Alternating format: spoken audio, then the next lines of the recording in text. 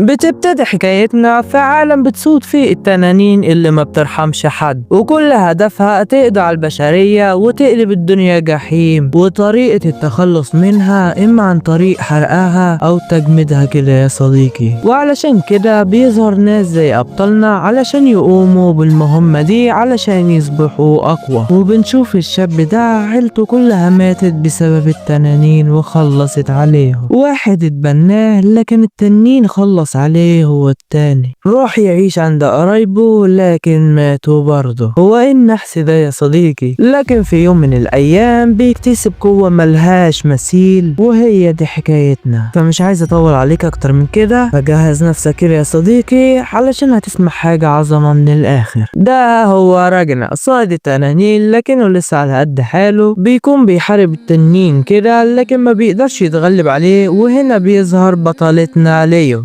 قائدة التنانين الأسطورية، وبتخلص على التنين بضربة واحدة. بنشوف تنين ضخم جدا بيظهر قدام راجل غريب بيحاول يقتله، بس بلمسة واحدة منه بيتجمد وقتها. بتظهر بعدها تنانين كتير بحجمها المختلفة، وبرضه بيقدر انه ينتصر عليهم بكل نجاح. بالرغم من القوة اللي عنده دي إلا ان هو بيقول انا محتاج لسه اكون اقوى. بنرجع تاني وبنعرف ان راجلنا وليو مشكلين فريق مع بعض علشان يصطادوا أكبر عدد ممكن من التنانين، وإنهم منضمين لنقابة الصيادين اللي في مدينة رومبير. وبنكتشف إن ليو هي أقوى وأشجع صيادة تنانين، إلا إنها بالرغم من سنها الصغير إلا إنها قتلت 5 تنانين لوحدها. وبيكون راجنا فخور بيها جدا. في نفس اليوم بالليل بيروح راجنا وليو يسهروا في مطعم، لكن بيظهر صياد اسمه ساكس وبيبدأ يتنمر على راجنا لأنه يعتبر أضعف صياد، وإنه عايش بس لأن ليو بتحميه، وبيقوله إنه هو عامل بس عبء عليها وملهوش لازمة. لكن ليو بتتعصب جامد وبتهجم عليه وبتوجه سيفها ناحيته، وهو بيكون مرعوب منها وشكله بيكون وحش قدام كل الموجودين. بتقوله إنها مش بتسعى لأي حاجة من قتلها للتنانين غير إنها تحصل على القوة المطلقة. على عكسهم كلهم بيقبلوا مهمة القضاء على التنانين علشان يكسبوا المال والشهرة. وبتكمل كلامها إنها هتفضل تحارب كل التنانين اللي تقابلها لحد ما توصل لزعيم التنانين وتقضي عليه وتثبت إنها أقوى مقاتلة تنانين في العالم كله. وبتوجه كلامها لكل الصيادين في المطعم وبتسألهم لو في حد ممكن ينضم ليها في رحلتها وهتديله المجد والشهرة. بس كل الصيادين بيخافوا ينضموا، لكن وقتها بيقول راجنا انه هيفضل معاها دايما في اي طريق هتختاره. فبتعرفوا انه هو ده السبب اللي مخليها مشكلة فريق مع راجنا، وبيسيبوا المكان وبيرجعوا هما الاتنين للبيت. وبعد ما ليو بتنام بيخرج راجنا يتدرب لانه عاوز يزيد من قوته علشان يقدر يحمي ليو. واثناء ما هو بيتدرب بيظهر لراجنا نفس الشخص الغريب اللي كان بيقتل التنانين، وبيقوله انه هيخسر ليو مش هي اللي هتخسره. فجأة بيغيب راجن عن الوعي وبيشوف المكان كله من حواليه بيتحول لنار ضخمة، وبيشوف ليو بيصيبها سهام كتير في كل انحاء جسمها وبتنزف لحد ما بتموت قدامه. وقتها راجنا بيفوق وما بيكونش فاهم ايه اللي بيحصل وبيفضل خايف، وللأسف المشهد بيتكرر كل يوم وبيزداد خوف وقلق عليها. وبعد أيام النقابة قالت للصيادين إن عدد التنانين قل جدا الفترة الأخيرة، وبالصدفة بيكتشفوا إن التنانين غيرت اتجاهها ناحية الشرق على الرغم من إنها ما هدمتش من سنين. وده معناه إنهم متوجهين لمدينة دونمبير. ليو بتفتكر مطعم كانت بتحب تاكل فيه هناك وبتطلب من راجنا إنهم يروحوا لهناك لما يخلصوا صيد التنانين، لكنه بيكون سرحان ومش مركز بيركز معاها، وكل اللي بيكون شاغل باله الغريب اللي بيظهر له في الحلم اللي دايما بيشوفه. فبتفوقه وبتطلب منه يقول لها هو ليه دايما سرحان الفترة الأخيرة وما بينامش كمان. راجنا بيتجاهل أسئلتها وبيسألها ايه الحاجة اللي ممكن يعملها علشان يبقى مصدر قوة بالنسبة ليها. فبتقوله انها عارفة ان لحد دلوقتي ما عندوش موهبة في صيد التنانين، لكنها متأكدة ان في قوة خارقة هتظهر له مع الوقت هتخليه اقوى منها شخصيا. وقتها بيفتكر راجنا لما كان عنده 3 سنين والتنانين هجمت على بيتهم. وقتها شخص غريب اتبناه، لكن التنانين هجمت على بيته وقضت على كل ممتلكاته وحرقتها. ومن وقتها الناس بتضربه وبتطرده من كل مكان لانه ملعون، وكل اللي بيكون جنبه بتقتلهم التنانين. وانه بعد كل ده قابل ليو وعرضت عليه انه يشاركها في صيد التنانين، لكنه خاف عليها وقال لها انها لو فضلت معاه هتفقد حياتها زي اللي عرفهم. بس ليو طمنته ووعدته انه مش هيحصل لها حاجة لانها قوية جدا. في نفس الوقت هاجمهم التنين، وكان راجنا واقف خايف وما بيتحركش من مكانه. بس ليو راحت له وواجهته بكل شجاعة وطعنته بسيفها الفضي. ومن وقتها راجنا بقى واثق فيها ومن قوتها، وبتخرج معاه في كل المهام. بنرجع للوقت الحالي وبتوصل مهمة لكل الصيادين في النقابة انهم يسافروا لمدينة داون بير لان التنانين بدأت في الهجوم عليها. بس اول لما بيوصل بيحس راجنا بحاجة غريبة وبيتوتر. بيقولها لازم نهرب بسرعة والا هفقدك للأبد. وفجأة بتتحول دونامبير لبقعة كبيرة من اللهب بدون سابق انذار، والتنانين بتملى المكان من حواليهم. ليو بتسيب راجنا وبتجري بكل سرعتها علشان تواجه التنانين، وما بيقدرش راجنا يوقفها.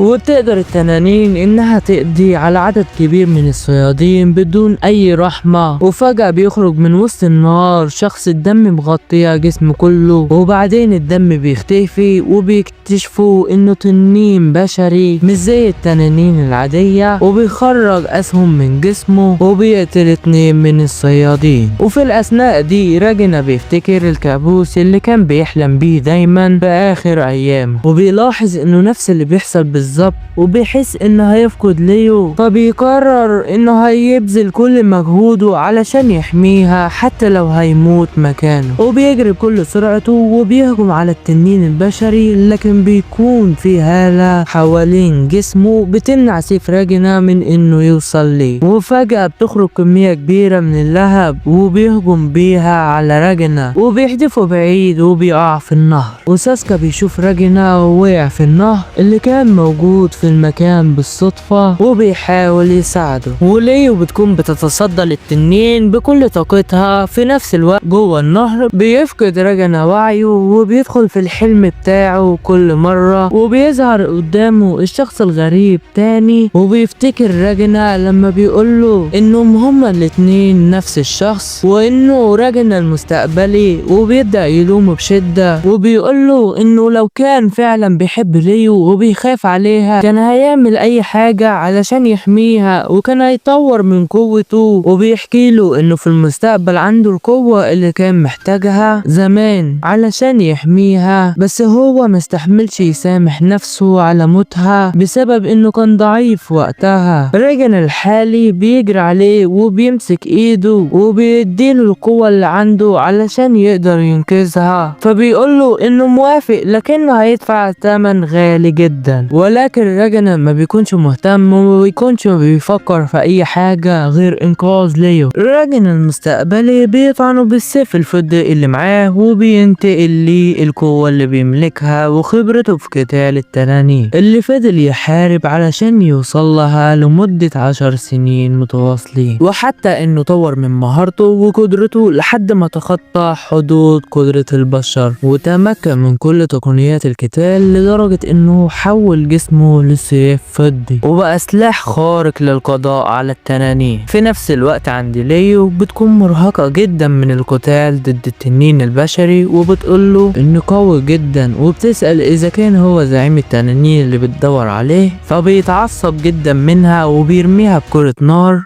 بس بتقدر تفاداها على آخر لحظة. وبيقول لها ما ينفعش تقارني وضعي زي ده بزعيم التنانين، وبيعرفها انه اسمه جريم وان هو الرتبة العشرة من سلسلة الجناح، واللي تبقى اقوى فصيلة من فصيلة التنانين على وجه الارض. وبيروح علشان يقضي عليها، لكن بيتفاجئوا بهالة وما بيتحركش من التوتر لانه مش عارف مصدرها. وبنشوف راجنا الحاضر رجع لارض المعركة وبيقضي على عدد كبير من التنانين بكل سهولة، ومحدش قادر يتصدى له خالص. وبيروح يقف قدام جرام، وفي ثواني بيقدر يجمد جزء من وشه باستخدام تقنية الجانكي. وقتها بيصطدم جرام لان القوة دي مشابهة جدا لقوة ملك التنانين، لكنه بيقول لنفسه انه مستحيل مجرد شخص عادي يكون عنده القوة دي. وعلى طول بيحول جرام نفسه لهيئة التنين علشان يقاتل راجنا، لكن راجنا مش بيديله فرصة وبيجمده بالكامل، والكل بيتصدم من قوة راجنا الجديدة ومحدش بيكون عنده تفسير للي بيجرى. وبيجري راجنا على ليو وبيحضنها وهو مش مصدق انه قدر ينقذها، فبتشكر ليو على انقاذها في الوقت المناسب. في نفس الوقت بنشوف راجنا المستقبلي مع صديق ليه اسمها كورمزون، اللي بتقوله انه معنى انه سلم قوته لشخصيته الحالية فده معناه انه مش هيعيش كتير. وبنكتشف ان هدف راجنا وكورمزون من اول ما تعرفوا على بعضهم انهم يقضوا على كل التنانين في العالم. وبتقول كورمزون لماكينة ان مهمة القضاء على التنانين دلوقتي بقت بتعتمد على شخصياتهم اللي في الماضي. بتنتقل الاحداث وبنشوف مدينة متدهورة، وده الشخص المتسبب في الكارثة اللي بتحصل. وبنشوف البنت دي كمان اللي ما نعرفش هي مين، ولكن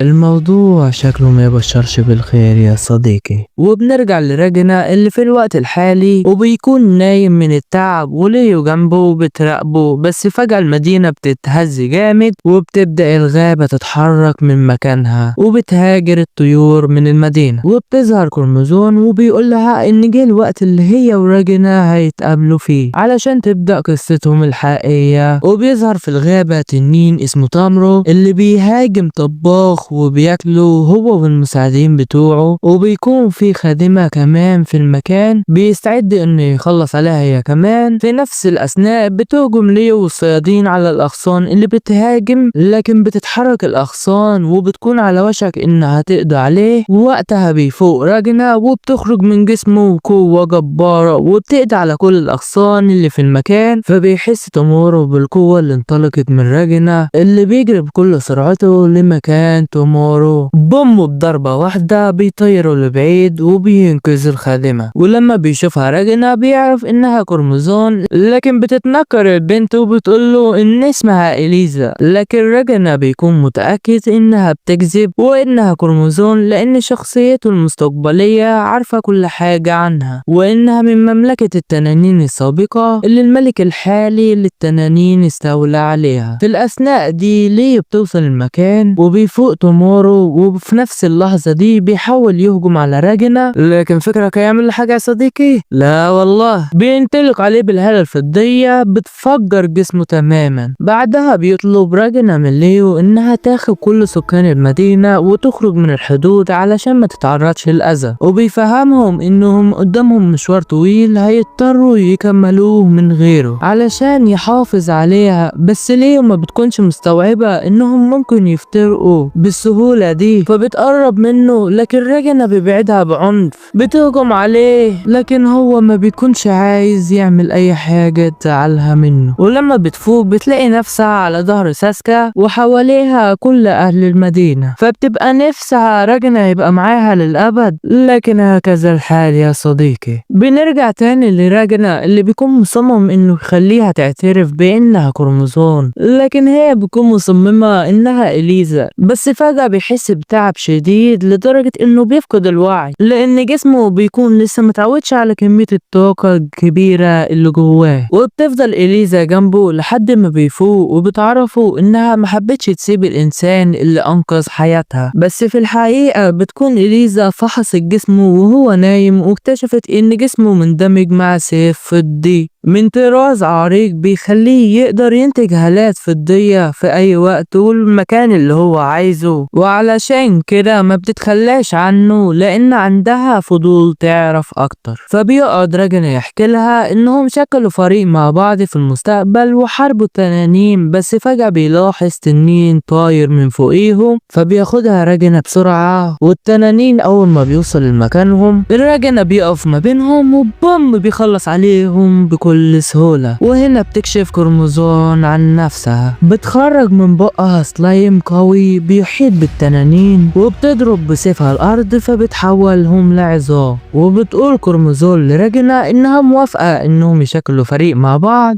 بس بشرط واحد، إنه يشرب الأنبوبة دي. لكن الواد بيشربها ومعرفش إن جواها سم، وبتطلب منه يشربها وبتطمنه إنه مفعول السم مش هيشتغل إلا لو حاول يتمرد عليها، والواد بيكون مخلصها أصلا. لكنه بيفاجئها بيقولها إن أول ما يخلص مهمته في القضاء على جميع التنانين فهيقتلها هي كمان لأنها تنين، وبتقوله إنها موافقة. وبتسأل كرمزون راجنا عن نهاية مغامراتهم بما إنه قابل شخصيتها في المستقبل، لكن بيصدمها راجنا وبيقولها إنهم خسروا وما قدروش يقضوا على كل التنانين اللي في العالم زي ما كانوا بيحلموا، لكنهم دلوقتي يقدروا يصلحوا اللي عملوه ويغيروا الواقع. المهم كده يا صديقي، دي بتكون نهاية حلقتنا ولسه في أجزاء جاية كتير، فلو عجبتك الحلقة ما تنساش تدعمني باللايك والاشتراك. تاني بنشوفهم بعد كده وصلوا القرية اللي دمرتها التنانين، فبتطلع وبتقول لهم إن هي ساحرة وإن راجنا صياد تنانين ملقب بحاصد التنانين بسبب إنه قتل عدد كبير منهم. وبيظهر السلايم ليه وبيقول له إن هو الحيوان الأليف بتاعها اللي صنعته من السحر، وبتطلب منهم ما يخافوش طول ما هي وراجنا موجودين معاهم. فبيجي شخص اسمه مايكل وبيكون خايف جدا وبيبدأ يحكي لهم عن التنانين اللي هجمت عليهم وقضى على معظم الصيادين وأهل القرية، وإن المجموعة دي هي اللي قدرت تهرب. فبتفتكر إن التنين اللي هو يقصده اسمه داساس، تنين الرياح، وبيكون من العشيرة الثالثة في سلسلة الجناح. وبيكون راجنا على وشك إنه يتحرك علشان يروح يواجههم، بس بتوقفه كرمزون وبتشل حركته تماما وبتخليه يقع على الارض، وبتفهمه انه هيفضل كده لمدة 3 ايام، وبتقوله انها هتستخدم سكان القرية في حرب ضد التنانين. وراجنا ما بيكونش عاجبه الموضوع ده، وبتروح كروموزون لمايكل والصيادين اللي معاه وبتبدأ تحسسهم بالذنب لانهم سابوا اهل القرية بالرغم من انهم مهمتهم هي قتل التنانين. وفعلا بيحس الصيادين بالذنب وبيكونوا مستعدين يعملوا اي حاجة علشان يقضوا عليهم. فبتقول لهم كروموزون انها هتديلهم القوة اللي محتاجينها علشان يقدروا يتحدوا اي تنين، وبتديلهم سيف من السيوف اللي بتخرجها من جسم راجنا. بعدها بتستخدم عليه مفتاح سحري فبتفتح مخزن خاص بيها وبيكون فيه جميع انواع الاسلحة، وبنكتشف انها كانت بتصنعها من المادة اللي بتخرج من جسم راجنا. وبتبدأ كروموزون تدريب الصيادين على الاسلحة الجديدة، وبتروح تتكلم مع راجنا انه علشان يقضي على داساس. فبيتعصب راجنا جامد بس ما بيقدرش يتحرك من مكانه. وبعد 3 ايام بيكون الصيادين خلاص قدروا يستخدموا الاسلحة، فبتبدأ تاخدهم كروموزون وبيروحوا لمكان داساس، وبتستخدم كروموزون مكبر صوت وبتبدأ تستفز في داساس وبتقول له انه ضعيف وما يستحقش يكون من العشيرة الثالثة في سلسلة الجناح. فبيتعصب داساس جدا وبيبدأ يطاردهم. وقتها بتطلب كروموزون من الصيادين يوجهوا الرصاص على الدوامة اللي جواها داساس، فبتبدأ الرياح تتجمد بسبب الرصاص الفضي، وبيحس داساس انه بدأ يفقد سيطرته على الرياح فبيتعصب اكتر. وبالفعل بتقدر كروموزون تستدركه للمكان اللي راجنا مستني فيه، وبنعرف انها شحنت الجدار اللي في المكان بقوتها. واول لما بيوصل داساس للجدار بتختفي الرياح تماما. وقتها بيخرج السلايم وبيمسكه وبيرميه على رمح مصنوع من جسم راجنا، فبيحس داساس إحساس بالإهانة لأنه على وشك الموت على إيد بشر، وبيكون عاوز يتحول لهيئة التنين بتاعته، لكن بتوصل كروموزوم بالعربية وبتخبطه. بيروح بقت الصيادين وبيفضلوا نازلين هجمات عليه لحد ما الشمس بتطلع وبتقضي عليه تماما. والصيادين وأهل القرية بيشكروا كروموزوم على إنقاذها ليهم، لكن كروموزوم بتسقف بإيديها كده وبتستخدم سحرها علشان تخليهم ينسوها، وبيفضل راجنا بس اللي فاكر، وبيروحوا يشكروه إنه أنقذهم وبينادوه بالحاصد.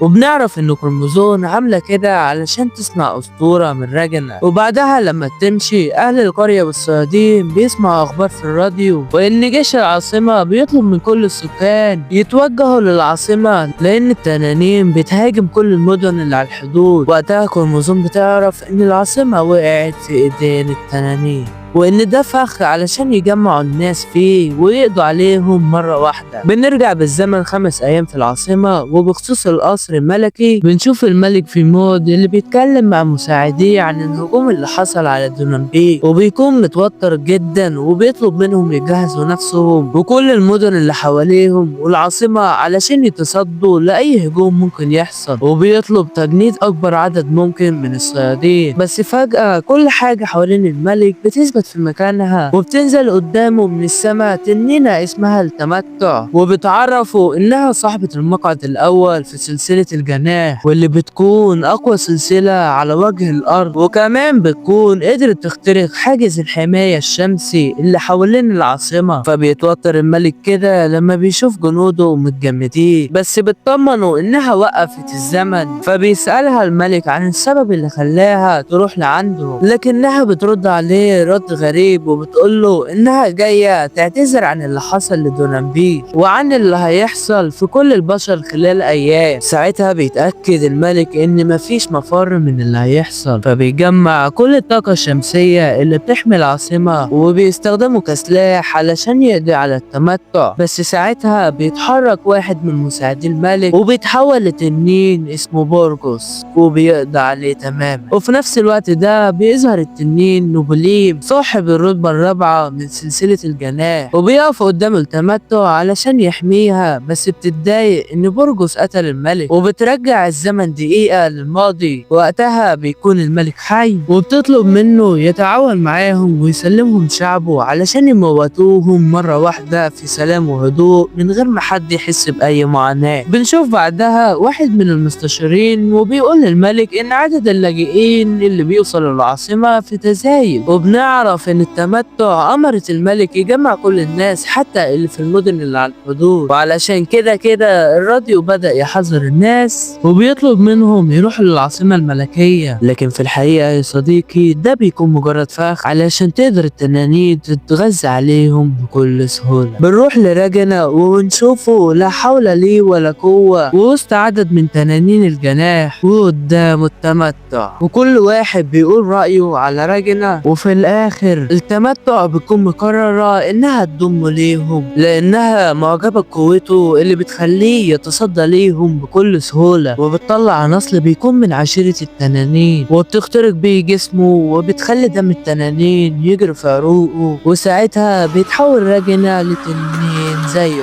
بنشوف بعدها واحد من المستشارين وبيقول للملك إن عدد اللاجئين اللي بيوصلوا للعاصمة في تزايد. وفي الأثناء دي بنشوف كروموزوم وهي وراجنا وهم في طريقهم للعاصمة الملكية، وراجنا بيكون سارح في حاجة واحدة وهو إنه يقضي على التمتع بأي طريقة ومهما كلف الأمر. ولما بيوصلوا وقتها كروموزوم بتقول لراجنا أنا هغيب عليك شوية، وبتطلب منه إن مهما حصل لو قابل التمتع بالصدفة ما يعملش أي رد فعل، وبعدها بتسيبه وبتمشي وبتقابل أعوانها وبتقول لهم إنهم يجهزوا لأنها هتخلي راجنا يقاتل التمتع. بس بيكونوا خايفين بسبب قوتها الكبيرة، لكنها بتقول لهم إنه بتواجد راجنا معاهم ففرصتهم في الفوز بقت أكبر. طبعا الواد مش هيثبت في مكانه، فبيمشي هو والسلام بتاع كروموزوم وبيقابلوا التمتع بالصدفة وبيلاقوا طفل معاها، لكن راجنا بيكون محتار هو هيواجهها ولا هيسيبها. بس بيفتكر راجنا تحذير كروموزوم من إنه يتدخل في أي قتال فرد معاها، بس بتروح تتكلم معاه بلطف وبتقول له إنه شكله شكله تعبان جدا وبتسأله لو انه محتاج اي مساعدة، فبيحس راجنا بالتوتر وما بيكونش عارف يتصرف ازاي. وقتها بيقولها سلايم انها تبعد عنهم لان راجنا بيتعب لما بيحس ان في ناس حواليه. وبره المدينة بنشوف الصيادين اللي ساعدتهم كروموزوم في القضاء على دساس، وفجأة بيوصل عندهم تنين قوي جدا وبيسألهم عن اللي ساعدهم انهم يقتلوا دساس لانهم اضعف بكتير من انهم حتى يقربوا ليه. وبنرجع تاني لراجنا اللي بيكون على وشك انه يهاجم التمتع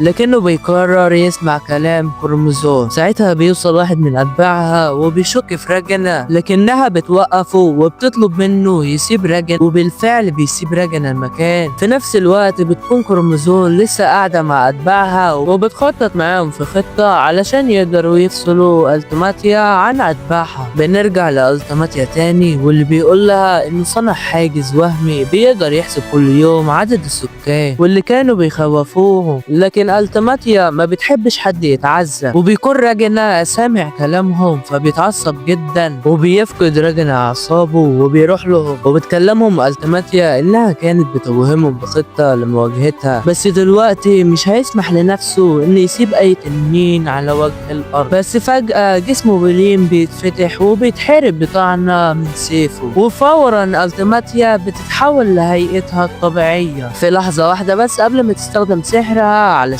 ترجع بالزمن. بيقطعها راجنا لأشلاء باستخدام سحره الفضي لكنها بترجع بالوقت. فكرك راجنا هيسيبها يا صديقي؟ لا والله، بيقدر راجنا يقضي عليها وبيفضل يتكرر الموضوع ده أكتر من مرة، والسيف الفضي بيخترق جسمه قدام كل أهالي المدينة. في نفس الوقت بيرجع راجنا لذكريات شخصيته المستقبلية وشاف التيماتيا وهي بتطعنه بنصل دم التنانين علشان لقت نفس سمات ملكهم اللي بيتميزوا بالقوة، وقررت تضمه ليهم وتستفاد من قوته. وقتها راجنا لما بيلاقي نفسه خلاص هيتحول لتنين زيهم بيقرر ينهى على حياته علشان ما يدهمش اي فرصة يحولوه لوحش. فبتسمع يعقوق التنين وبيمشوا، واول لما بيمشوا من المكان بتوصل كروموزون واتباعها وبياخدوه. بنرجع للعاصمة الملكية وبنشوف كروموزون وهي بتكلم واحد من اتباعها واللي بيكون اسمه غلام، وبيكون متعصب جدا ان راجنا ملتزمش بالخطة، بس في نفس الوقت بيكون شايف ان راجنا عنده فرصة للفوز. وقتها بيوصل اتصال من مساعدتها التانية اللي بيكون اسمها كيميرا اللي بتبلغهم ان راجنا متفوق في القتال جدا وقدر يدمر جسم التيماتيا اكتر من مرة. وبالرغم من كده مفيش اي تنين من التنانين العليا ظهروا علشان ينقذوا التيماتيا، فبتستنتج ان الحاجز اللي حوالين العاصمة اختفى اول ما بدأ القتال،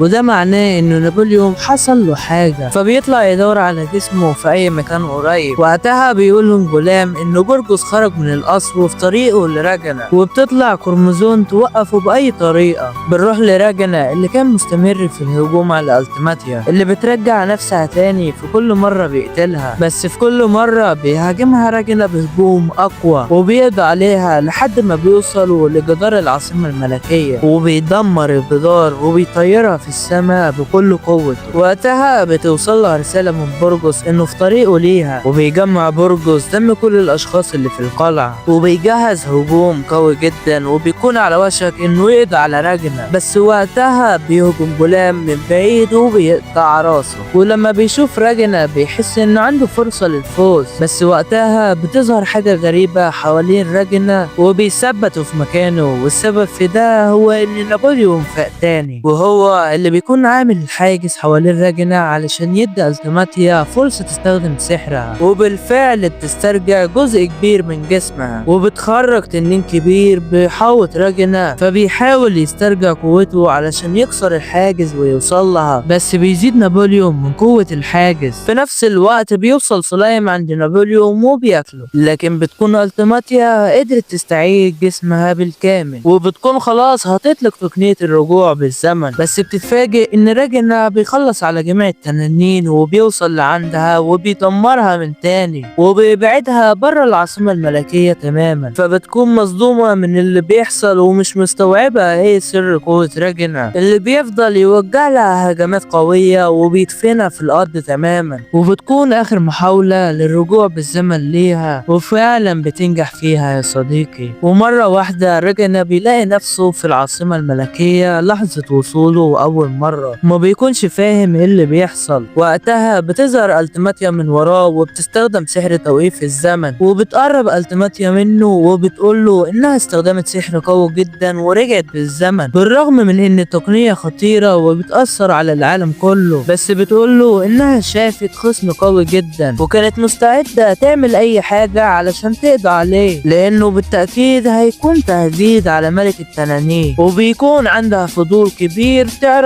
هو مين بالظبط وليه شايل في قلبه كل الكراهية دي من غير ما يكونوا عارفين بعض او اتقابلوا قبل كده. بس مرة واحدة بتحس ان راجنا حرك ايده فبتترعب جدا وبتكون مش مستوعبة اي حاجة من اللي بتحصل. بس وقتها بيوصل نابليون وبيهاجم راجنا بكل قوته وما بيقدرش راجنا يتحرك. بس بالرغم من كده ما بيقدرش نابليون يقضي عليه، بالعكس بيتصاب هو بشدة. فبتقول له التماتيا ان جسم راجنا عبارة عن سيف فضي. فهل فكرك القصة انتهت لحد كده يا صديقي؟ لا والله، ان شاء الله هنكون بنجهز في الجزء الثاني. فعايزك كده يا صديقي ما تنساش تقول لنا رأيك في التعليقات عن الحلقة، ولو عجبتك الحلقة ما تنساش اللايك والاشتراك علشان تساعدنا نكمل ملخصات زي دي. والسلام عليكم ورحمة الله وبركاته.